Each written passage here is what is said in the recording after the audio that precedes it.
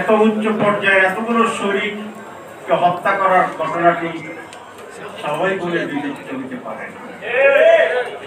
কিছু মারা যেতে পারত, দু চারজনকে গুলি করে দিতে পারত, কিন্তু 57 জন চৌকস উচ্চ পর্যায়ের সেনা কর্মকর্তা, যেটা আমরা সকলেই জানি 15-16 বছর ধরে বারবার জানা হচ্ছে, এর পিছনে নিশ্চয়ই একটি বড় পরিকল্পিত শক্তি আছে। সেই পরিকল্পিত শক্তি ভারত। কে? ভারত জড়িত, পরিষ্কার পরিবর্তন। ভারতের এই দেশীয় যে সংস্করণ, বাংলাদেশীয় ভারতীয় এজেন্ট বললে কাবার হয় না, মানে এজেন্টও কিছুটা দুর্বল বা কারণ প্রতিনিধিত্ব করে। ভারতীয় এখানকার যে প্রক্সি শক্তি, তাদের মাধ্যমেই এটাকে বাস্তবায়ন করে। কারণ কি, উদ্দেশ্য কি বলা হয়ে গেছে, না বললে আমরা এটা জানি। এখন আমরা যেটা মনে করি সেটি হচ্ছে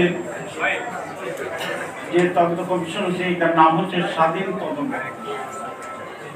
আজকের তদন্ত কমিশনের যিনি চেয়ারম্যান, তার সাথে আরেকটি প্রোগ্রামে গিয়েছিলাম।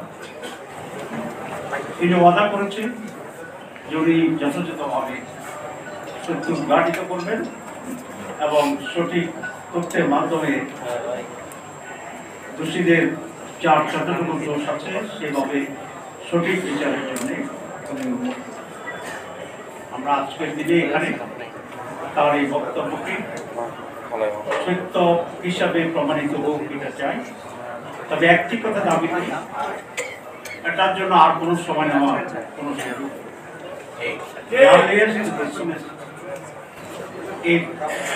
এটা রিপোর্ট সবচেয়ে দেওয়া উচিত।